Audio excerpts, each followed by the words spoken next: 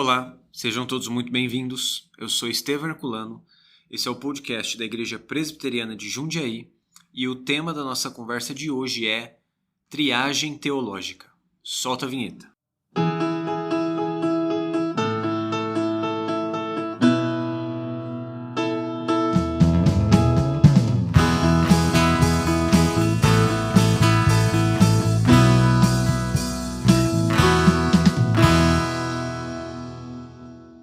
Tudo bem, gente? Estamos aqui novamente.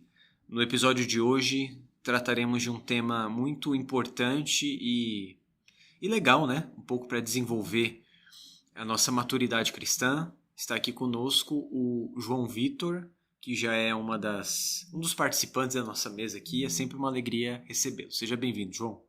Obrigado, Estevam. De novo, mais uma vez, aí a gente buscando conversar, né, sobre temas importantes para a nossa fé, para a nossa vida cristã, caminhada. Bom, triagem teológica. É um nome eu acho que talvez não seja muito falado, mas na verdade é algo mais simples do que parece, né? Para a gente poder entender o que é, eu vou começar com uma metáfora, com um pensamento aí. Imagina que você chega no pronto-socorro, certo? Você chega... Deus nos livre, né, de acontecer isso, mas a gente chega ali com arritmia, com algo que pode ser grave, assim, né, um início de infarto, alguma coisa assim. E aí você chega lá, você vê que na sua frente tem umas 5 pessoas com um arranhão, com uma torção, assim, sei lá, no punho que seja, e mais 5 pessoas na sua frente com gripe, né, uma gripezinha lá. Aí o médico vai lá e fala, ó, a gente vai atender esses 10 pessoas aqui que chegaram primeiro, porque elas chegaram primeiro, né? Mas aí, na hora que chegar no 11º, a gente atende você. Então fica tranquilo, né? Mas é porque a gente tem que dar prioridade para quem chega primeiro, né? É óbvio que você não ia gostar, né? No mínimo, né? Já ia pegar celular, já ia entrar lá, já ia gravar, já ia mandar pra TV, pra Globo e tal. Uhum. Ou então imagina que um médico, você vai no médico que ele entende tudo de machucado, de arranhão, todos os remédios tem que passar, todas as reações que dão na pele. Ou então entende tudo de gripe, né? Todos os tipos de gripe, de vírus diferentes, mas ele não sabe nem como começar a tratar o seu problema de pressão, ou a sua arritmia. Também é um problema grave, né? Isso é o que a gente chama de triagem. Basicamente, né? Triagem é um termo assim, muito comum na área da medicina, da saúde, para a gente, para se referir a esses processos da gente saber ranquear, saber classificar as coisas em ordem de importância. É óbvio que a gente vai querer primeiro tratar quem está com um problema mais grave, porque justamente fica mais grave, para depois a gente tratar aquilo que não é tão essencial assim. A triagem teológica basicamente é isso, é a gente ranquear diferentes doutrinas da fé cristã e da teologia cristã, em ordem de importância, para a gente saber aquilo a que a gente deve dar mais importância, né, na nossa fé, no nosso estudo, até no nosso evangelismo, no nosso testemunho, e na maneira, né, como nós tratamos um ao outro, e aquilo que a gente dá menos importância. Tá? Então, triagem teológica basicamente é isso, certo? Então, começando aí com uma figura para a gente poder entender onde que a gente está pisando. Mas para a gente poder caminhar assim, quando a gente pensa nisso, né, nessa ideia da gente poder entender que existem doutrinas que são mais importantes do que outras, e quando a gente pensa nisso, será que a gente encontra uma base bíblica para isso? Eu pergunto isso já lançando aqui. Por que eu estou perguntando isso? Eu acho uma pergunta importante. Tem muita gente que, quando a gente fala desse tema, argumenta que isso é bobagem, porque a Bíblia toda, por ser a Bíblia, ela é importante. Então, se algo está na Bíblia, a gente tem que dar importância porque está na Bíblia e ponto final. Mas será que a própria Bíblia nos ajuda a ter a dar importância, a mostrar por que a triagem teológica é importante? O que vocês acham? Sim, é claro que existe verdade nessa questão de toda a Bíblia é importante, óbvio, toda ela é inspirada e toda a doutrina é importante, mas existe aquilo de fundamental na fé. Já que você perguntou da própria Bíblia, eu me lembro, por exemplo, do Concílio de Jerusalém, em Atos 15. Eu não sei se é esse texto que você ia mencionar. Não. Então tá. Pode estar. Que é um concílio que se reuniu para, de certa maneira, avaliar a entrada dos gentios na igreja e Paulo comparece, por exemplo, nesse concílio para testemunhar o que ele estava pregando. E, bom, judeus apareceram ali exigindo que os crentes convertidos, que não eram judeus, gentios, se circuncidassem e fosse mantida a prática da circuncisão, né?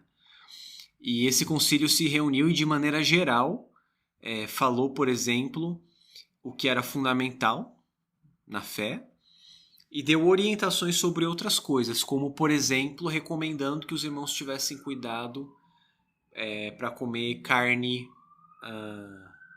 sufocada, né? Porque era uma parte da dieta judaica. Então, aí nesse concílio nós já temos uma espécie de triagem, assim, né? Em que o concílio fala, olha, vocês não podem exigir que ninguém se circuncide. Também não vamos falar que é errado se o cara é judeu, de origem judaica e é um cristão convertido, mas quer se circuncidar, beleza, mas ele não pode exigir que outra pessoa faça, porque isso não é um ponto fundamental da fé. E ele também não pode exigir que uma pessoa deixe de comer sangue. A gente recomenda que, por causa da harmonia, vocês se preservem disso para não causar problema, mas não é uma questão fundamental, né? E aí, para não falar muito aqui, eu acho que isso acontece com questões na Bíblia, né? Por exemplo, sei lá, pensando de cabeça, escatologia, né? Uma doutrina das últimas coisas. Tem pessoas que fazem, sei lá, da escatologia o cavalo de batalha da vida cristã, né? A bandeira dela. Né? A bandeira dela. E claro, às vezes você pode ter alguém que estuda muito e fale sobre isso, dê palestra sobre isso, escreva sobre isso, mas é uma doutrina importantíssima, mas secundária. O modo como você acha que vai ser o fim dos tempos, se uma pessoa acha diferente, ela não deixa de ser crente por causa disso. Sim. Então eu acho que é isso, né? Nesse sentido aí.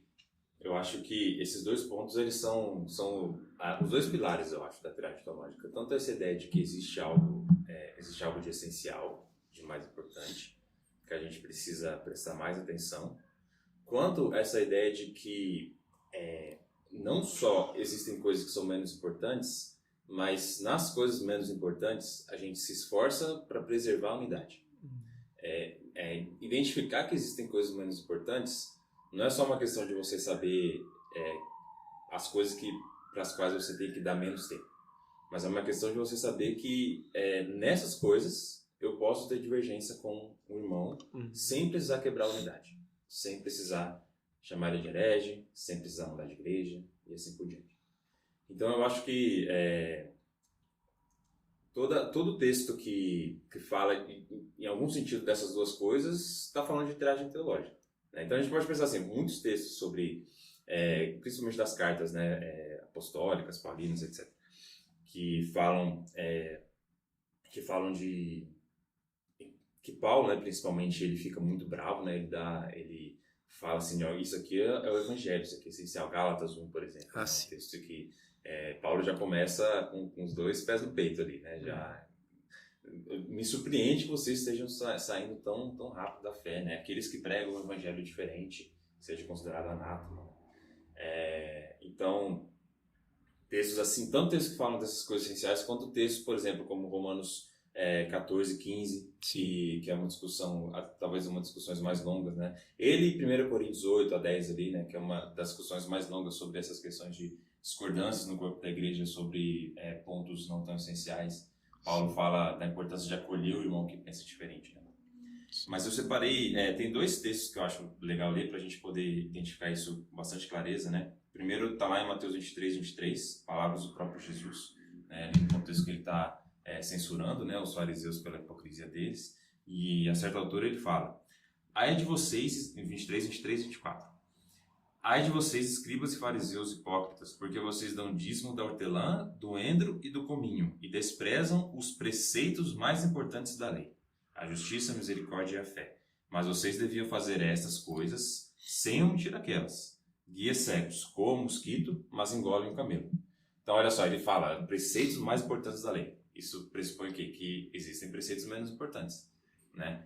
E aí, não é que ele fala, ó, os menos importantes vocês podem deixar de lado, isso aí não tem importância. Ele fala, ó, vocês têm que manter os menos importantes, vocês têm que fazer isso. Só que vocês têm que prestar atenção naquilo que é mais importante. Porque senão o risco é vocês coarem mosquito, né, se preocupar com um mosquitinho, né, se preocupar com a coisa mais menos importante, só que engolir um camelo. Né? Aquilo que é mais importante você não está se preocupando. Né? E 1 Coríntios 15 também é um texto que isso fica muito claro, né? Paulo ele vai começar ali o seu discurso, o seu maior discurso ali sobre a ressurreição, né? Talvez uma das doutrinas que a gente vai ver que é a doutrina essencial, né? Se você nega, você está negando a fé. E aí no começo ele fala, logo no começo, irmãos, venham lembrar-lhes o evangelho que anunciei a vocês, o qual vocês receberam e no qual continuam firmes. Por meio dele vocês também são salvos, se retiverem a palavra assim tal como a preguei a vocês, a menos que tenham crido em vão. Aí ele fala no 3, antes de tudo, entreguei a vocês o que também recebi, que Cristo morreu pelos nossos pecados segundo as Escrituras. Esse antes de tudo, às vezes parece que assim, é só um jeito de falar. A tradução não deixa muito claro, mas tem algumas traduções que falam isso mais claramente. Por exemplo, a NVT fala o que era mais importante. E a NV, né, que é a NVI Internacional, fala aquilo que é matéria de primeira importância. Então, ó, antes de tudo, o que é de mais importante, o Evangelho. Aí ele dá o resumo, né? Cristo morreu pelos nossos pecados segundo as Escrituras, etc. Então, Jesus, Paulo e os apóstolos, eles tinham com clareza que existem coisas mais importantes e menos importantes. Então, a gente tem que, seguindo esse modelo de classificação, também é sábio que a gente também tenha essa dimensão. Ou seja, eu posso tirar da minha lista de prioridade a escatologia. Estava em primeiro, agora fui convencido que eu posso talvez descer uns degraus. Não, mas falando sério, eu me converti numa igreja pentecostal e quando eu conheci que existiam outras coisas além disso, né? Para mim era só aquilo lá. Mas quando eu conheci, eu, como muitas pessoas, né? É um fenômeno aí, algo bem comum, que ficaram maravilhados com aquilo e começaram a justamente fazer isso que você falou, pegar certas doutrinas e colocar ela acima de outras, ou defender com unhas e dentes aquilo lá e tratar todo o restante como menor, como herege, enfim. E eu precisei, assim, de um tempo, né, para realmente entender aquilo, e eu acho que a igreja principalmente ajuda nisso, e você tá firmado na igreja, você participar das coisas, porque você começa a enxergar muito mais do que doutrinas isoladas, você começa a enxergar a vida cristã como ela deve ser vivida, né? E o ponto, eu acho que a gente deveria pensar se você pegar essas doutrinas, e vamos falar agora de doutrinas secundárias aí, né, que a gente vai comentar um pouco depois, mas se você tirar isso daí, o que sobra? Se você não puder falar sobre isso, se você não puder conversar sobre isso com as pessoas, você ainda seria um cristão? Você ainda tem conteúdo para falar? Você conhece as coisas mais importantes para você falar? Você sabe defender sua fé, né? Isso é interessante. Se a gente for pegar o conteúdo fundamental da fé cristã, que define aí o que é um cristão, não é tão difícil, né? O credo apostólico resume isso, por exemplo. Então, nós temos a nossa denominação. Eu sou presbiteriano roxo, sou pastor presbiteriano, né? Então, é claro que se você me perguntar se eu discordo da soteriologia arminiana, é óbvio, senão eu não seria pastor presbiteriano. Uhum. Eu acho que eles estão em erro, óbvio. Mas isso não é suficiente para dizer que é uma heresia, porque o núcleo da fé cristã é mantido, né? Então, assim, eu acho que isso é importante e é uma questão da maturidade. O Luiz falou do tempo que precisa. Isso acontece muito com quem vem de igreja pentecostal. E graças a Deus que a gente está recebendo gente assim, né? Graças a Deus, Luiz, que você está aqui. Mas é comum porque é uma coisa tão incrível, sei lá, conhecer as doutrinas da graça, tudo. E o conhecimento teológico, de maneira geral, ao mesmo tempo que é uma bênção, acontece o que Paulo fala, né? Que o saber ensoberbece também. Então, de repente, a pessoa vê uma coisa ali. Eu me lembro de uma frase de Goethe, que, se eu não me engano, está no Fausto dele, porque tem vários Faustos, mas tem um do Goethe, né? o escritor, o alemão Wolfgang von Goethe, que ele diz que contra nenhum erro somos tão rigorosos quanto somos com aquele que deixamos para trás. Então, qual que é a ideia? Você viveu de um jeito errado a vida toda. Quando você deixa aquilo para trás, você se torna o prosélito de condenar aquilo com tudo que você tem. O cara que deixou de fumar e virou pregador antitabagista, o apóstolo do fitness, entendeu? E acontece, né, com a teologia. Sim. Assim, a pessoa veio de uma igreja, às vezes de um contexto pentecostal, arminiano, ou até nem arminiano, pior do que isso, assim, no sentido de soteriologia. Sim. E quando ela chega aqui, ela fala, nossa, essa é a verdade, e tudo que difere um pouquinho é heresia. E isso é um problema, né, porque é falta de maturidade, de ver que sim, é importante, mas o fundamento da fé é aquilo, é o Evangelho de Cristo, né. A gente vai mencionar, eu acredito, isso aí, né, mas é aquilo que está descrito ali no credo apostólico, que Cristo morreu pelos nossos pecados, que Deus é 3 pessoas mais um único Deus, que Cristo ressuscitou dos mortos, nossa salvação está nisso, né? Então, a gente pode até é compreensível, né, que a pessoa ela se sinta dessa forma, né, porque é um mundo que se abre para ela de certa forma.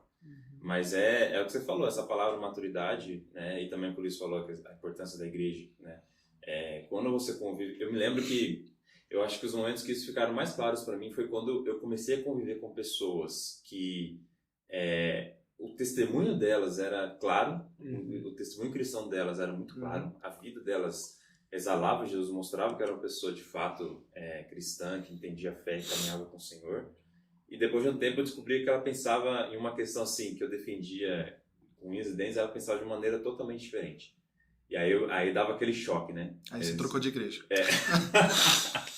Aí é uma coisa assim, você tá numa caixinha e aí chega naquele momento chave, né? Ou você coloca a pessoa em outra caixinha, ou você troca a sua caixinha, né? Você para de ficar colocando as pessoas em caixinhas e começa a tentar entender essa complexidade maior. Isso é a vida de igreja, né? Isso é maravilhoso porque é aperfeiçoado na igreja. Sim. Né? Você vê a multiforme graça de Deus e é interessante perceber. Isso aconteceu comigo várias vezes também. De você ver a pessoa muito mais piedosa do que eu. E quando você vai ver a pessoa crendo umas coisas diferentes, assim. Não tô falando... Vocês entenderam que não é fundamento da fé, né? Pelo amor de Deus. Mas em coisas secundárias, assim. Você fala, rapaz, mas essa pessoa acredita nisso. Crê diferente de mim. E aí você até aprende, né? Às vezes. E por causa disso. Porque há um espaço para conversa, para diálogo. Eu e o Estevam mesmo já encontramos várias coisas que a gente discorda, assim, já conversamos várias coisas. E a gente continua amigo, né, Estevam? Pelo menos por enquanto, né? Pelo menos até o final desse podcast.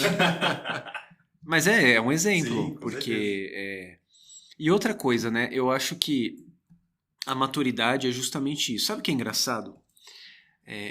João, desculpa se eu tô saindo um pouco do que você... Tá ótimo, tá bom demais. do roteiro aí. É que a pessoa imatura que olha para, por exemplo, 2 pessoas um pouco mais maduras teologicamente conversando e discordando respeitosamente e se considerando irmãos, a pessoa imatura olha para isso e fala, já virou conivente com erro. Porque ela não consegue enxergar que não é a coisa fundamental da fé. Sim. E ela se torna tão ríspida assim, não, cara, mas é um absurdo, como é que pode? Às vezes porque o horizonte é pequeno mesmo, né? Aí a pessoa fala, cara, a pessoa tá falando que arminiano pode ser crente. Você fala, assim, porque assim, a nossa salvação depende de crer correta e completamente no método, na ordo salutis correta. Porque se depender disso, lascou, né? Que até os crentes presbiterianos comuns...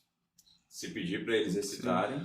Então, eu acho que é um pouco disso, né? Que é olhar e falar, não, são 2 crentes que pensam um pouco diferente, mas são irmãos. É a verdade. A gente pode estar certo, mas a gente não precisa ser chato, né? Esse é o ponto, um dos pontos fundamentais. Você vira o chato do negócio, né? Palestrinha. Mas assim, pensando em tudo isso que a gente falou, né? Pra tentar deixar aqui mais claro para quem tá ouvindo a gente. O que vocês diriam que é a principal importância da gente fazer triagem teológica? Talvez, assim, qual que é o maior risco, então, da gente não fazer uma triagem teológica? que está em jogo, né? Quando a gente faz a triagem, né? O que a gente está preservando. Então, quando a gente não tem essa sabedoria de fazer essa triagem teológica, o que a gente está arriscando? Né? Você quer falar, Luiz? Pode ser. Bom, eu acho que talvez a questão de você não fazer uma triagem corretamente, de não pensar nisso, é de você deixar temas que, como a gente viu, existem sim temas mais importantes, você deixar eles de lado e colocar algo que é secundário e você acaba sendo chato. Esse é o ponto. De você não fazer essa triagem, você acaba sendo chato e focando em alguma coisa que, por mais que você provavelmente esteja certo, ou enfim, né, não é nem esse o ponto, mas você acaba sendo uma pessoa chata, uma pessoa que vai defender aquilo e que vai deixar de lado coisas que são muito, muito importantes, né? Eu acho que tem a ver também com identificar primeiro se a pessoa é crente. Então, você para e pensa, tá, essa pessoa crê no quê? Faz a triagem. Crê nas doutrinas fundamentais da fé, então ela é cristã. Eu não preciso discutir com ela fundamentos, porque isso está estabelecido. É claro que às vezes você pode perceber que a pessoa não é ela, dependendo da certa altura da conversa. Mas aí você pode ter uma conversa sadia falando, eu tô falando com um irmão, tô falando com um herege. É diferente você conversar com uma pessoa que está numa seita que não é cristã. O seu trabalho é muito mais evangelístico, dependendo de como for. Eu penso assim, pelo menos, né? Quando eu vou conversar com uma pessoa que eu vejo que não é cristã, mesmo que esteja em algum lugar, numa seita, falando claramente, eu honestamente acho que é perda de tempo eu ficar colocando todos os meus esforços em uma doutrina secundária. Sim. Com você eu faço isso, por exemplo, com o Luiz, com irmãos. Agora com uma pessoa eu vou voltar pro evangelho. Eu vou falar do fundamento. Você vai direcionar a conversa, né? De um jeito assim que... Porque vai adiantar eu brigar com a pessoa por causa de uma coisa, sendo que ela não tem a base fundamental ali? É uma questão de entender qual que é a gramática que você pode usar ali, né? Se você tem uma gramática comum com aquela pessoa ou não. E às vezes pode até acontecer também de você perceber, né? Você ter essa sabedoria de entender que muitas vezes a pessoa, ela parece não acreditar em uma coisa, aí tá falando até de pessoas assim, convivem conosco, né, irmãos? Ela parece não ter uma base sólida, mas mais porque ela tem uma dificuldade de articular aquela base sólida, claro, do que porque realmente ela não acredita. Né? Então é uma forma também de poder trabalhar, de ensinar, de discipular. Né? Eu acho que na verdade isso assim, João, deve ser o quê? Uns 95% dos crentes. Que são crentes, mas você pergunta, às vezes nem é que não sabe, mas é a dificuldade de articular. E claro, tem que trabalhar para melhorar. A Bíblia fala que a gente tem que ser capaz de dar a razão da esperança que é em nós. Sim. Mas nem todo mundo é teólogo pastor, né? Então a pessoa crê tudo, mas tem essa dificuldade mesmo, né? Mas eu acho que um outro ponto disso também, da importância da triagem, diz respeito a nós, né? A nós aprendermos que a gente também erra. Na eternidade, eu me lembro que um dos meus mestres, reverendo Hermes Maia, sempre dizia: na eternidade todas as teologias serão corrigidas, né? Inclusive a calvinista. Então é isso, né? A gente não é perfeito. Em algum ponto minha teologia está errada.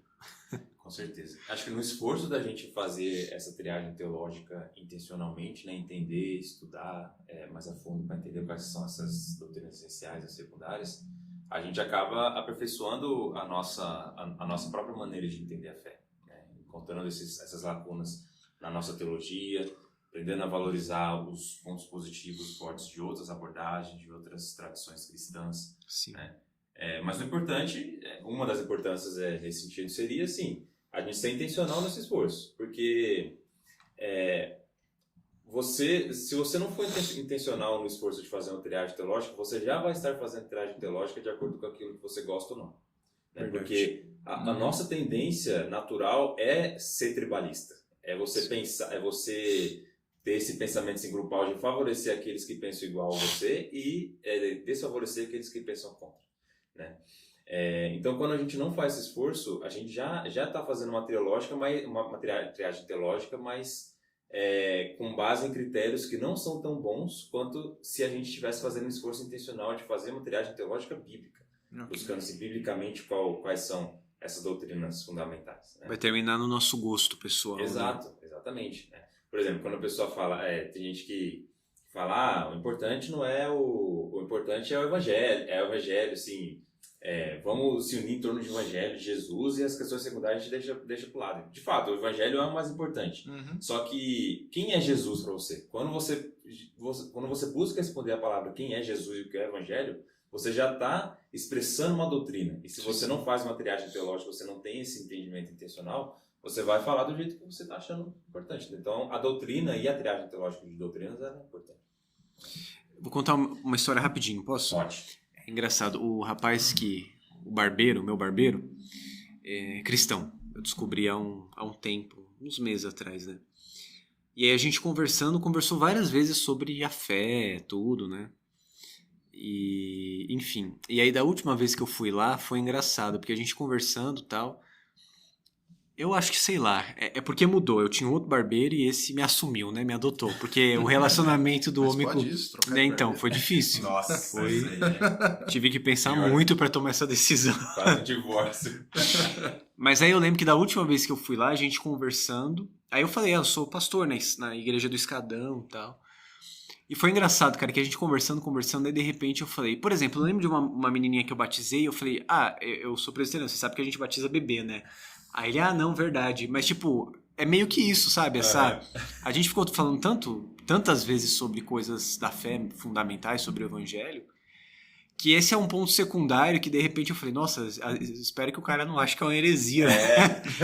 Mas não, mas é isso, né? Tipo assim, de repente, nossa, tem esse ponto aqui que é importante, mas faz parte da minha fé, não é da fé batista, é da presbiteriana, mas tá aí, né? Pra gente é óbvio, né? Pra batizar bebê, é claro. Exato. E a gente também não pode correr o risco de ser, assim, ecumênico, muito ecumênico, né? Um negócio que é perigoso. Eu lembro também uma vez que eu tava conversando com um amigo de trabalho, e ele é espírita. Eu já sabia que ele era espírita e tal. E aí eu tava falando alguma coisa de igreja e tudo mais, aí ele falou, não, mas eu sou cristão também. Aí eu falei, tá, mas vamos lá, me define o que é ser cristão. Ele falou, eu acredito em Jesus. Eu falei, tudo bem, acreditar em Jesus, um monte de gente pode acreditar. Até pessoas que não acreditam em Deus acreditam em Jesus, porque é uma figura histórica. Mas até eu falei, para você realmente ser cristão, você precisa acreditar que Jesus é Deus, que Jesus salva você. Enfim, tem uma série de coisas que são básicas. Então, ok, você falar que você acha que Jesus é uma pessoa legal, você acha que Jesus é um ser evoluído, que acho que de acordo com a religião dele tá mais para esse lado. Mas você falar que é cristão também não pode, não tá certo, né? É um rótulo importante, né? Exato. Você falar que é cristão. Assim. Mas é isso, é a triagem, né? Sim. É um ponto fundamental esse. Mas esse gancho é muito bom, porque assim, aliás, eu esqueci de falar isso, né? Mas eu baseei muito disso no livro Questões Doutrinárias pelas Quais Vale a Pena Lutar, de um pastor e teólogo americano chamado Gavin Northwood. É um livro, assim, curtinho, tranquilo, bem simples de ler. Mas ele toca nesses dois pontos, né? A triagem teológica, ela é importante por quê? Porque ela ajuda a evitar dois extremos que são danosos, né? E tem a ver com esse gancho de ser ecumênico demais. O primeiro extremo é o quê? A gente evitar o sectarismo doutrinário, que é o quê? A gente se preocupar demais com doutrina e verdade e de menos com a unidade. Né? Então a gente, como a gente já falou aqui, né? A gente pega aquelas doutrinas secundárias que são a nossa bandeira, né? E aí acaba todo mundo que não defende aquilo que defende, não pensa do meu jeito, está do lado de fora da fé cristã. E a gente acaba comprometendo uma unidade, né, pela qual o próprio Cristo morreu. Então, se a gente não ama todo cristão verdadeiro, por mais que ele pense diferente da gente, ou na verdade se a gente ama só aquele que pensa como a gente está, de novo, estendendo aos nossos instintos tribalistas. Né? E não lutando pela unidade que o Espírito estabelece, né? E isso, assim, isso é algo muito nocivo, não é algo leve, né? Se a gente olhar para a palavra, a gente vê que a falta de amor, esse sentimento faccioso, né? Essa divisão na igreja, ela é algo que os apóstolos, eles falaram muito contra, né? Paulo fala que isso é uma das obras da carne. Sim. Então, quando a gente está cedendo a esse tipo de sentimento, a gente está compactuando com as obras da carne. Sim. Tiago também fala muito sobre isso, né? Sobre as guerras que estão entre nós, né? Os sentimentos facciosos, invejas e tal. Então, a unidade ela é importante, ela é algo pela qual a gente precisa lutar de maneira intencional. Né? E a triagem teológica ajuda a gente a, digamos assim, a deixar com que apenas o essencial seja o que nos divide. No sentido de que a gente não causar divisão por causa de coisa que não é essencial. Okay. Né? Por quê? Porque o outro extremo que a triagem teológica ajuda a gente a evitar é o extremo do minimalismo doutrinário, que é o contrário. É você se preocupar tanto com a unidade, até com o ecumenismo, a ponto de você deixar de lado a doutrina e a verdade. E aí você vai para outro extremo. Né? Porque você tá começando a falar... não existe, todas as coisas são igualmente importantes. Não, existem coisas que são essenciais e que elas definem quem está na fé e quem não é. Quem eu posso chamar de irmão e quem não é. Sim, eu não posso chamar de irmão. Claro. Então, isso é algo que a palavra também ela recomenda, né? Da gente aprender aquilo aprender tudo que Cristo nos ensina, né? Apesar de, é claro, como a gente está falando, que a gente tem que aprender de uma maneira equilibrada, né? Proporcional à importância daquilo, né? Mas ainda assim nós precisamos aprender a palavra, aprender a doutrina, aprender aquilo que é essencial, para a gente poder identificar essas coisas, né? Identificar aquilo que é quando que a gente está sendo ecumênico demais, quando a gente está sendo aberto demais, ou quando a gente está sendo aberto de menos, fechado de... Posso só fazer um esclarecimento? Pode, por favor. É por conta do uso do termo ecumênico, né? Só porque existe, por exemplo, religião ecumênica, isso tá errado, tá, gente? É que ecumenismo também é um termo usado, e é no sentido que o João tá usando, e o Luiz, no sentido de unidade entre igrejas cristãs, né? Entre igrejas que professam a mesma fé. Sim. Então, quando você fala, por exemplo, de uma unidade de presbiterianos e batistas e metodistas, por exemplo, isso é um tipo de ecumenismo nesse sentido, né? Sim, em que ao redor da mesma fé fundamental, você consegue ter diálogo, chamar de irmão, tudo, né? Então, é nesse sentido que o assunto está sendo tratado, tá? O sentido é o ecumênico do culto de formatura, né? Culto ecumênico que vai tudo quando ou tipo no hospital, hospitais modernos não tem capela, tem capela ecumênica. Eu fui uma vez em que era uma coisa tudo cinza com um símbolo que parecia um sol. Eu acho que era para todas as religiões possíveis serem representadas naquilo. Eu falei, cara, que diabo que é isso? Então não é isso que a gente tá dizendo, mas é no sentido da unidade cristã mesmo. Achei que você ia falar que era uma caixa cinza, não tem nada ali, né? Só um quadrado. Você faria mais sentido se fosse. Mas, eu acho importante a gente... esse problema do minimalismo doutrinário é uma questão assim da gente... Um erro que ele traz é a gente minimizar demais as doutrinas que são secundárias. Porque como a gente está discutindo, de fato existem doutrinas que são centrais, essenciais. E são essas que a gente tem que entender melhor, essas que a gente tem que defender mais, com mais voracidade, etc. Mas as doutrinas, o minimalismo doutrinário, ele anula a importância de doutrinas que são secundárias. Por quê? Porque ele entende que não essencial equivale a não importante. Mas será que isso é verdade? Existem doutrinas que não são essenciais, que ainda assim são extremamente importantes. Claro. Né? Por exemplo, o próprio exemplo que o Estevão deu, desse debate entre calvinismo e arminianismo, principalmente do ponto de vista da soteriologia, predestinação, eleição, etc.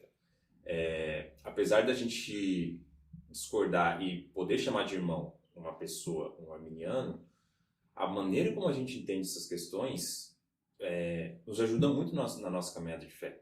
Na nossa perseverança, na nossa confiança, na maneira como nós entendemos o controle e a soberania de Deus sobre as coisas. Então, ela é importante para a nossa caminhada. Sim.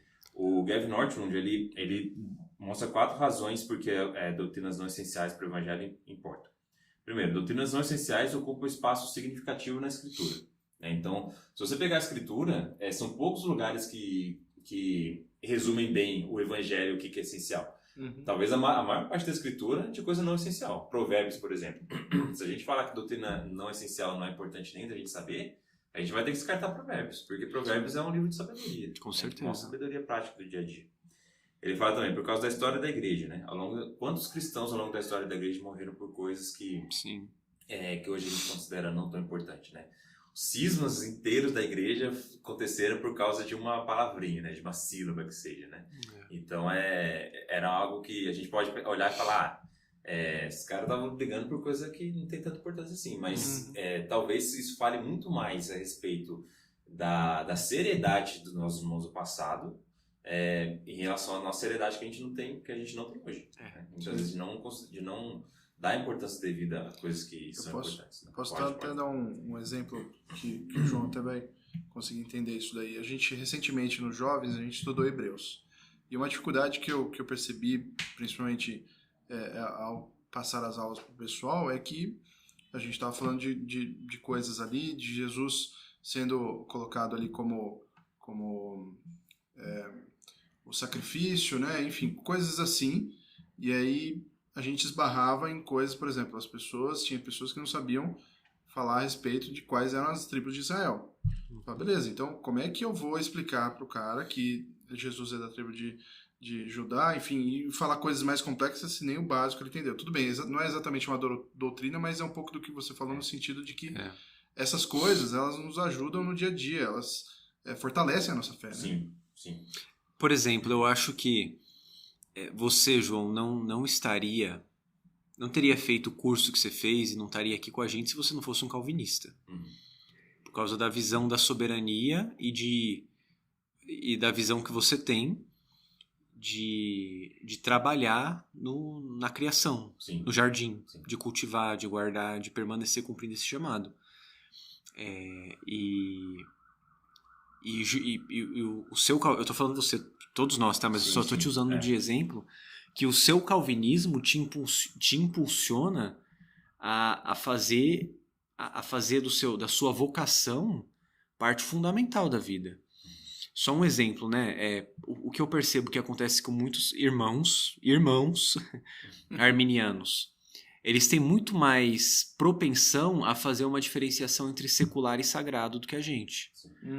Porque o que é importante na igreja? Pregar o evangelho, o apelo, levar almas para Jesus, e é isso. A vida espiritual. E a parte secular, o trabalho como chamado, o jardim, a criação, tudo isso fica mais de lado. E assim, gente, não estou falando mal da denominação dos outros, eu estou falando que afeta. Então é importantíssimo do mesmo jeito. Só que não é o fundamento, né, como a gente está dizendo. E a escatologia também, que eu mencionei, só mais uma coisa. Às vezes você evangeliza e faz missões de maneira diferente dependendo da sua escatologia. Né? Às vezes você acha que o mundo vai piorar muito. Por exemplo, parte dos reformadores século XVI... Reformadores não, os reformados século XVI e XVII eram pós-milenistas, uma grande parte. Então eles trabalharam muito na parte literária, na parte escolar, justamente para a ideia de fazer o reino crescer, tudo, né? Não é minha posição escatológica, mas eu admiro o esforço que foi feito. Sim. E foi feito muito por causa da ideia de que o reino milenar viria, a época de ouro. Então isso influencia muito nossa vida. Com certeza. Esse é o terceiro ponto, né, do que o Gary Norton nos traz, né? Porque as coisas não essenciais, elas têm um papel fundamental na vida cristã.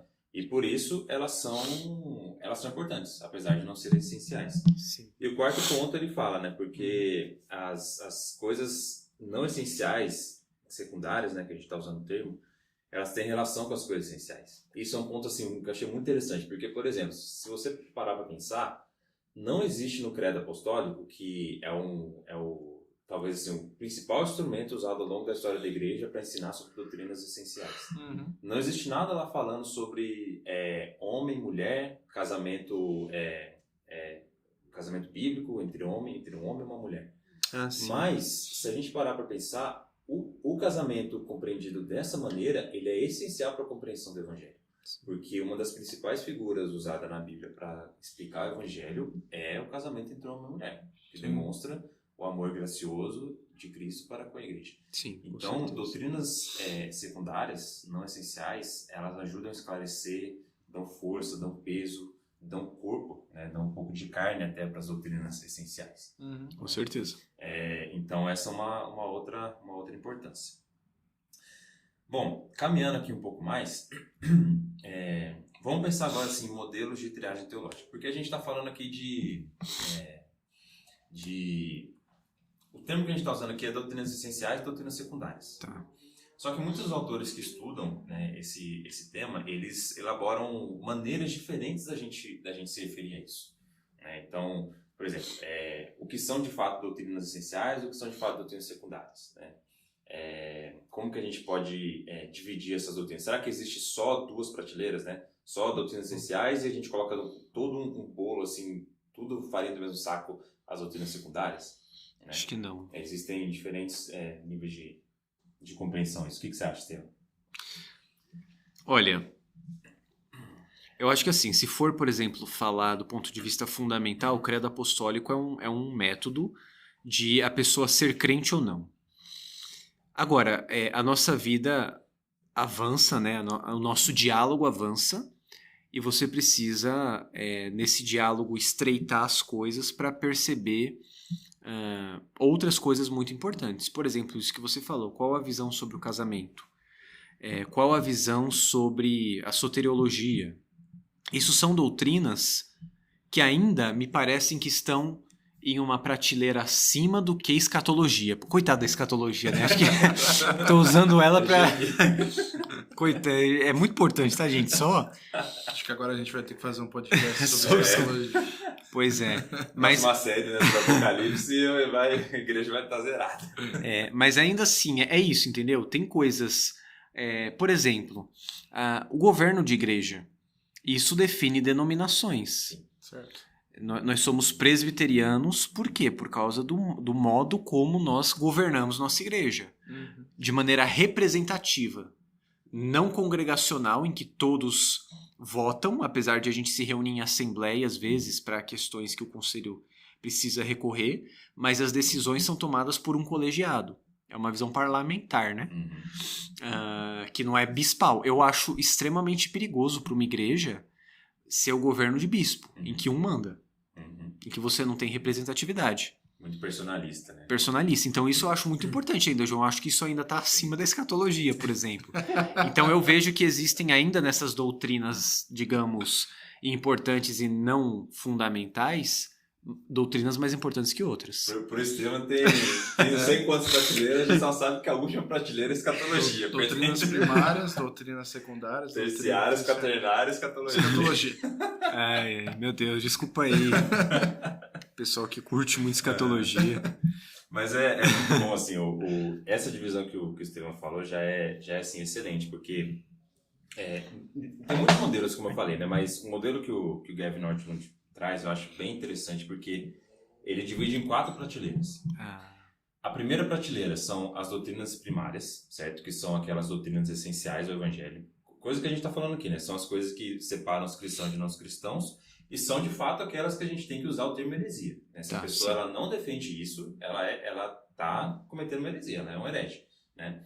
Ou então, se a pessoa ensina coisas diferentes disso de maneira consistente dentro da igreja, não por causa de um erro teológico que ela não sabe, mas de maneira consistente, ela é um falso mestre. Então, a igreja precisa tomar conta disso. Isso é a questão que eu falei do definir o que é um cristão ou não, que eu comentei com o meu colega. E aí é o que a gente já falou aqui, a gente já comentou aqui, né? A natureza de Cristo, trindade, justificação pela fé, autoridade e inerrância das escrituras, né?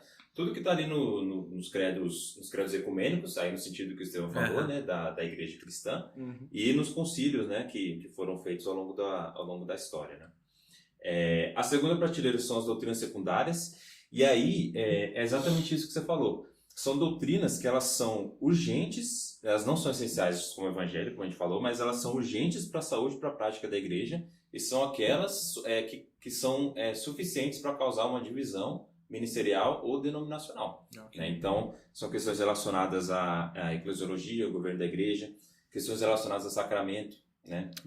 Batismo, ceia, como que a gente administra essas coisas, como que a gente enxerga o que está acontecendo nessas coisas, e também questões relacionadas aos papéis de gênero na igreja, né? Então, muitas divisões são causadas, né, e devem ser causadas por causa da maneira como nós chegamos, principalmente o papel da mulher em cargos em igreja. Então é importante a gente entender essa segunda prateleira, né, porque assim, muita gente às vezes enxerga esse tanto de denominação como algo intrinsecamente ruim, né? Mas assim, não necessariamente, né? São maneiras que talvez a igreja, é claro que sempre foi algo de muito choque, né? Mas são maneiras pelas quais a igreja entendeu ao longo dos séculos, né? Como que a gente faz para poder continuar preservando a nossa consciência, a nossa liberdade de culto, né? De adoração a Deus, né? Da maneira como a gente entende, como a nossa consciência entende que é biblicamente correto, sem a gente romper de vez com aqueles que são nossos irmãos. Então, ó, vocês entendem dessa maneira o batismo e a ceia? Então a gente entende de outra maneira, então a gente vai ter a nossa denominação, mas a gente continua chamando um memorialista, por exemplo, de ceia do nosso irmão. Claro. Sim. Então são as doutrinas secundárias. As doutrinas terciárias, e aí que tem essa divisão, né, que é o que você falou, existem doutrinas que estão acima dessas terciárias, né? Por exemplo, a questão do governo de igreja. As terciárias, elas são importantes, sim, mas elas não são importantes o suficiente para causar divisão. Tá. Ou seja, irmãos que congregam numa mesma igreja, eles podem pensar diferente nessas doutrinas. Né? Aquela coisa de vamos concordar em discordar, né? Então, a escatologia estaria nessa terceira. Entendi. Existe uma quarta prateleira que a escatologia não está lá, tá? Olha só, Ah. tem uma pior mais baixa que a escatologia. Vamos ver. Nossa, Mas, eu tenho um ano de escatologia no seminário para parecer que eu faltei nas O professor fala, não é importante. Mas, ó, visão escatológica tá nessa prateleira, né? E aí todas as visões, né? Não só em relação ao milênio, mas em relação ao arrebatamento, ira, pré-ira, tudo que envolve escatologia. Questão de dons espirituais, apesar da gente ser cessacionista, né? Da maioria ser cessacionista, a gente, em hipótese, em tese, a gente poderia conviver com um irmão que é continuista. Sim, e aí eu queria até abrir um parênteses aqui, né? Essa divisão é um modelo, não é algo escrito em pedra. Então é algo que, assim, é totalmente discutível. Né? Questões, a gente pode pensar de maneira diferente. Ó, essa aqui que você está falando que está na terceira prateleira, eu acho que é uma questão de segunda prateleira. Então a gente pode pensar de maneira diferente, né? E as coisas, elas mudam de maneira, assim, muito, muito fluida, né? Muito, muito rápido, talvez. Por exemplo, algo que eu acho, assim, extremamente importante que esteja na terceira prateleira, no nosso tempo de hoje. Visões políticas. Questões relacionadas à política. Não é suficiente para a gente dividir a nossa igreja. E muito menos para a gente chamar o irmão que pensa diferente politicamente de herege. Sim. Né? Só que, por exemplo, imagina a igreja alemã no período do nazismo.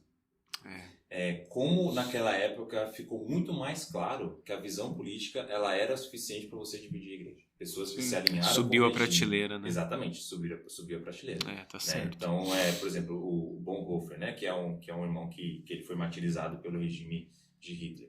Ele entendeu que essa questão política era de segunda prateleira, a ponto dele se levantar contra o regime, de fundar uma igreja subterrânea, uma igreja escondida, né, etc., para poder continuar preservando, né, a fidelidade da igreja. Então, essas coisas são discutíveis, né, mas é um modelo que eu acho interessante. Sim. E as doutrinas quaternárias, que são aquelas assim, que não tem importância nenhuma. Então, assim... Não, tem... Mas assim, por exemplo, roupa, barba, entendeu? Dias específicos, né? Vamos guardar tal dia ou não vamos guardar tal dia? São coisas que, assim, a pessoa, em termos de consciência, pode até ter uma questão importante. E aí é um ponto para a gente levar Romanos 14, 15, 1 Coríntios 8, 9, 10, importante, importância, né? Então a gente não acabar com a consciência do irmão que acha essas coisas importantes, né? Então não é que não tem importância nenhuma, mas é que são coisas que é totalmente relacionada à consciência individual de cada um. Então, às vezes, a consciência de um irmão que acabou de chegar na igreja não comporta ver uma pessoa de short na igreja, entendeu? De bermuda na igreja. Mas é uma doutrina, é uma coisa assim, a maneira como você vem vestido para a igreja, claro, dentro do bom senso, né? A maneira como você vem vestido é uma doutrina quaternária. É algo que não é de importância, sim. Eu acho interessante pensar nessa quarta prateleira como uma consequência das outras, né? uma expressão das outras. Sim. Então, por exemplo, a questão de dia que você falou, a questão do dia eu acho que está acima, né? Por conta do domingo, do sábado, do Shabá, isso para mim tá prateleira acima. Mas o que eu ia dizer, eu também vejo, João, uma diferença na posição que a pessoa ocupa, também na igreja. Ok. Por exemplo, um oficial Sim. que exerce uma questão de liderança e um crente que vem ao culto, que participa da escola dominical e tal, mas não, por exemplo, não assinou, como eu assinei, um juramento dizendo que subscrevo os símbolos de fé da igreja presbiteriana. Então existe uma diferença. É claro, a pessoa está falando, virou presbiteriana, ela tem que ser presbiteriana, mas eu estou dizendo, há uma diferença ainda assim. Né? Concordo plenamente. Essa é uma das questões que eu estava lembrando de mencionar, mas eu acabei esquecendo de mencionar. Eu concordo plenamente. Eu acho outro ponto de discussão. Eu acho que existe isso também. Então, por exemplo, a prateleira dos dons espirituais, para mim, eu acho que já sobe um pouco de importância. Sim. Mesmo a prateleira quaternária, tem coisas que não. Por exemplo, barba, como você falou. Espero que não, né? Que senão eu tô lascado. Mas a própria questão da roupa continua sendo quaternária para mim. Mas é diferente o modo como eu penso isso. Por exemplo, eu venho pra igreja como? Eu sou fã do terno e gravata. A gente vai me desculpar, mas eu vou morrer vindo pregar terno e gravata, tá? Mas é óbvio que isso não é mandamento bíblico, que isso é uma questão de escolha, de reverência, tudo, mas uma questão de escolha. Sim. É claro, né? Então eu acho que tem essa questão também, João, da liderança, dos presbíteros, dos oficiais, né? Porque aí existe uma responsabilidade a mais delegada pelo conselho e a pessoa aceitou exercer aquele ofício. Sim. Então, concordo. Tem essa questão. Eu acho que tudo isso é uma questão assim, de sabedoria, né, pra gente poder lidar. Porque, por exemplo, mesmo pessoas que não foram oficialmente investidas num cargo numa igreja presbiteriana, por exemplo, no meu caso, eu sou professor de escola dominical. Eu dou aula de escola dominical numa igreja presbiteriana. Então, mesmo que eu pense numa questão de terceira prateleira, que eu pense de uma maneira diferente da maioria dos meus irmãos, eu preciso passar para os meus alunos aquilo que a nossa igreja defende. Né? Okay. Eu posso, como professor de uma escola dominical, como é um espaço que a gente está mergulhando mais a fundo em questões e discussões difíceis, eu posso mostrar diferentes visões. Sim, né? sim. Diferentes visões cristãs. Essa aqui é uma visão cristã, por mais que a gente não defenda essa. Mas eu preciso falar, a nossa igreja, ela defende esse tipo de visão. Porque eu estou numa posição de influência.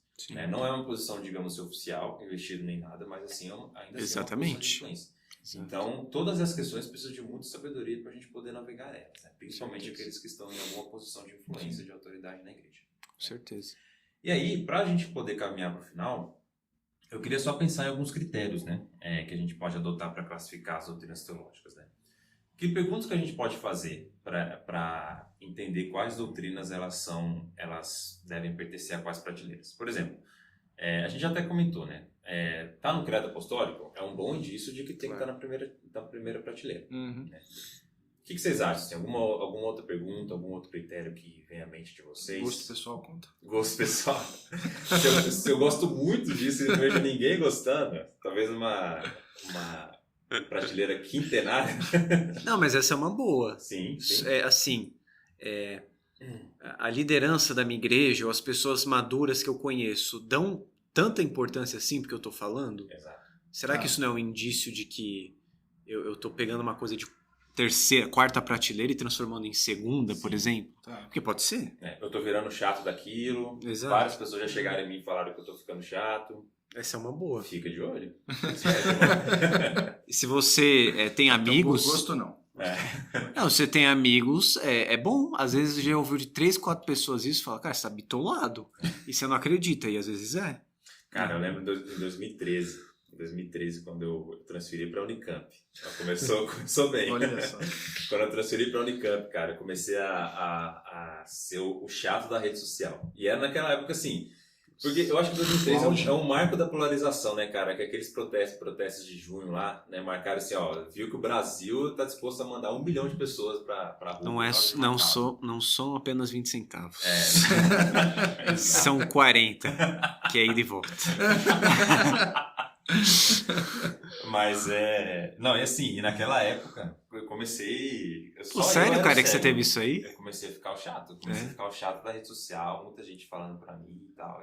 Eu também fui, mas eu não imaginei que você, um lord inglês, seria assim. Você fazia parte de alguma comunidade reformada? Não, eu acho que a pegada dele não é. Comunidade reformada de verdade. Não, eu fazia parte. Minha igreja é uma igreja séria, mas assim, foi por causa que eu comecei a pensar umas coisas muito loucas, assim, mas. De fato, é uma coisa que prestar atenção, né? Que a gente tem que prestar atenção. Com certeza. Tem 4 perguntas aqui que eu acho interessante, vou citar elas aqui rapidamente, que o Gavin Northwood também traz, né? Primeiro, o quão clara a Bíblia é sobre essa doutrina. Isso é algo fundamental. Tem um lugar que a Bíblia fala, gente, esse é o Evangelho. Né? Cristo morreu segundo as Escrituras. Né? O resumo, parece que ela resume assim, claramente o Evangelho. Né? Uhum. Mas tem coisa que não. E se a gente olhar o próprio os artigos 6 e 7 do Catecismo, da Confissão de Fé de Westminster, do capítulo 1, depois os irmãos podem olhar lá, eles falam disso, né, de coisas nas Escrituras que não são igualmente claras em relação às coisas que são essenciais para a fé e para a salvação. Então, coisas que são muito claras, ela eleva a prateleira das doutrinas. Sim. Coisas que não são muito claras, a gente tem esse espaço maior para discordar. Justamente porque a gente não consegue chegar lá, não consegue ter esse consenso. Uhum. Né? Posso só, desculpa te cortar, é só uma rápida observação nisso. Eu percebi isso com os mandamentos, João, que tem gente que lê, por exemplo, a Bíblia e quer literalizar narrativas, por exemplo, sim, e os 10 mandamentos que são lei, que é uma parte legal, a pessoa quer metaforizar, exato. E eu me lembro de uma anedota, eu não sei se quem vai ouvir vai achar isso, vai se escandalizar, mas a história não é minha, tá? Charles Spurgeon fumava, né? Uhum. E aí tem uma história muito interessante, que é de um eu não sei se é um estudante que chega pra ele e pergunta, né? O senhor não acha que o senhor fuma demais? Ele fala, não. Aí ele fala assim, mas o senhor fuma o tempo todo? Ele falou, olha, fumar demais seria colocar 2 charutos de uma vez na boca, né? E aí depois a resposta de Spurgeon continua, ele fala, olha, meu irmão, eu conheço 10 mandamentos e já não consigo cumpri-los. Se você se acha à vontade por acrescentar mais mandamentos e conseguir cumprir, aí é você e Deus, né? Então assim, em nenhum momento esse podcast está defendendo tabagismo, né? Fique claro. Eu sou contra, eu acho horroroso o cheiro, não fumo, detesto, mas tô querendo dizer que é uma história que só exemplifica. Gente, a gente já não consegue cumprir o que Deus nos manda. Para que inventar... você lê o texto de Mateus, né? E lançar um fardo pesado sobre nós e sobre os outros, e a gente não consegue nem com...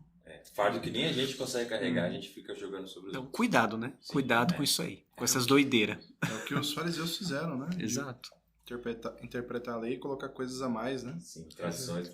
Mas eu já vi gente também que coloca as palavras de Jesus como mais importante. Fala, não, isso aqui é mais importante, Jesus que falou. Aí E geralmente para interpretar um negócio assim, muito ao pé da letra, sem contexto e tal, para poder... né? Mas esse ponto aí do cigarro é interessante porque assim, o Lewis ele fala, né? Ele chama de mau caráter as pessoas que fazem justamente isso, né? Que tentam colocar impor isso como mandamento para os outros. E às vezes eu até penso, né? O Lewis ele chama de mau caráter, só que Paulo chama de demônio, se você for parar pra pensar. Lá em 1 Timóteo ele fala que isso são ensinos de demônios, né? Sim. A gente... abstenção. Abstenção de coisas que são para o nosso proveito, né? Claro, meus irmãos, a gente precisa ter sabedoria para não escandalizar, tem irmãos que têm dificuldade com isso, né? Mas a gente também tem que ter essa visão, né? De não impor isso como um mandamento. Né? Exato. E aí outra pergunta que ele fala, qual é o testemunho da história da igreja sobre essa doutrina? Muitas vezes a gente estudar a história da igreja, a recepção de certas doutrinas, de certas partes da escritura na história da igreja, como nossos irmãos eles entenderam certas doutrinas, isso nos dá, irmãos, uma perspectiva absurda. Né? Com certeza. Coisas que a gente hoje acha que é desse jeito, que a igreja inteira, o tempo todo, em todo lugar do mundo, do universo, sempre vai defender. Se a gente olhar para a história da igreja, a gente vai ver que talvez a maioria dos irmãos assim, da nossa linha, né, de pensamento, Calvino, Lutero, Agostinho, eles não defenderam aquilo dessa forma, né? Então, a história da igreja nos dá uma certa perspectiva a respeito das coisas que a gente acha que são essenciais, talvez não são tantas. Com certeza. Terceiro, qual a importância dessa doutrina para o evangelho? Então, uma coisa que a gente já discutiu, né? O quanto essa doutrina é importante para sustentar aquilo que é essencial, o próprio evangelho do Senhor Jesus. E a última pergunta, qual é o efeito dessa doutrina sobre a igreja de hoje? Como que essa doutrina ela ajuda a igreja a lidar com os desafios que a gente tem hoje? Que é outra importância da triagem teológica, a gente não falou isso de maneira clara, né? Que eu acho importante falar. A gente vive numa cultura muito polarizada, muito fragmentada. E a triagem teológica ajuda a gente a preservar a unidade sem abrir mão daquilo que é essencial. Ou então preservar aquilo que é essencial sem abrir mão da unidade. E imagina o testemunho que isso é, irmãos, para as pessoas olharem para uma igreja de pessoas que conseguem concordar naquilo que é essencial e continuarem se amando, mesmo discordando. Sim. Numa cultura que as pessoas, quando você vê uma pessoa que pensa de maneira diferente de você já demoniza outra, né? E eles olham para uma comunidade que se ama de verdade, se ama de fato, né? E demonstra isso de maneira prática e vai lá e discorda, né? E discorda de assuntos que são secundários. Sim. Aprende a discordar em amor, falar a verdade em amor. É um testemunho poderoso, né? Exato. Principalmente para a nossa cultura que a gente tem vivido hoje. Então é isso. Eu acho que essa é uma boa forma da gente terminar, né? A triagem teológica, né? Ouça esse podcast novamente, né? Tente entender melhor qual que é a importância da triagem teológica para a nossa prática de fé hoje, para a nossa caminhada, para a nossa vida como igreja, né? Eu queria passar algumas recomendações, mas antes de eu passar, vocês têm alguma coisa, alguma Não. mensagem final? Acho que foi questão? isso. Na recomendação, eu me lembrei de um livrinho, eu acho que não tá nos que você falaria, mas eu vou falar porque é uma coisa bem clássica, um livreto chamado Da Liberdade Cristã, do Lutero. Eu lembro que eu li isso há muitos anos, eu nem sei se eu... Não, eu tenho porque eu tenho um compilado dos textos de Lutero. Mas é um livreto em que ele trata disso, da liberdade cristã e do que é fundamental, mas também do que existe uma abrangência, né, dentro da consciência cristã para que o crente usufrute e creia, né, em certas coisas que podem distinguir um pouco dos irmãos, contanto que não seja fundamental, e ainda assim ele continua sendo crente. Sim. E se alegra disso, tá? Então, e uma última coisa, a escatologia é muito legal. Vamos fazer uma tier list. A gente faz uma trend no Instagram, cada um coloca a sua e vamos ver onde que o Estevam coloca a escatologia. Pra mim é quintenário. Mas eu tô dizendo isso porque eu sou um pré-milenista, tá? Então, só pra vocês saberem. Mas vai lá, João. Eu tenho algumas recomendações. O livro, né? Eu queria recomendar o livro que eu dei como base aqui, né? Questões doutrinárias pelas quais vale a pena lutar, da editora Vida Nova. O subtítulo é Em Defesa da Triagem Teológica. O autor é Gavin Northwood. O outro livro também, né? Um clássico do cristianismo, né? Cristianismo Puro e Simples. Eu recomendo ele porque no prefácio, na primeira parte, o livro já vai deixar claro que a vontade dele é mostrar o que todos os cristãos defenderam ao longo de toda a história da igreja.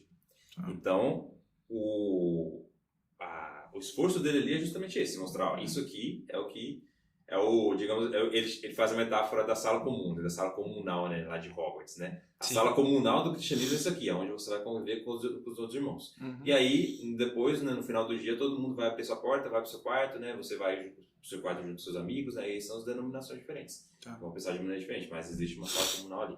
É óbvio que existe discussão também, né? Sobre se algumas coisas que ele fala de fato pertencem à sala comunal ou se são coisas mais específicas de denominações, ou se é a visão correta a respeito do cristianismo, mas ainda assim é um clássico, eu acho que todo cristão deveria ler. E tem dois vídeos que eu queria recomendar, né? Um é uma pregação do pastor Guilherme de Carvalho, lá de Belo Horizonte. Coloca lá no YouTube, né? A Igreja Importa, uma série, a pregação 22 dessa série, A Igreja Importa, Os Fracos e os Fortes, o título da pregação. É com base em Romanos 14 e 15. E uma palestra do Marcondes Soares, que ele é um anglicano, né? Então aí já na prática, assim, mostrando um pouco da unidade da igreja, ele é um anglicano, né? E ele é uma palestra chamada Rios de Águas Vivas, que ele deu na conferência do Efeito Prisma de 2024.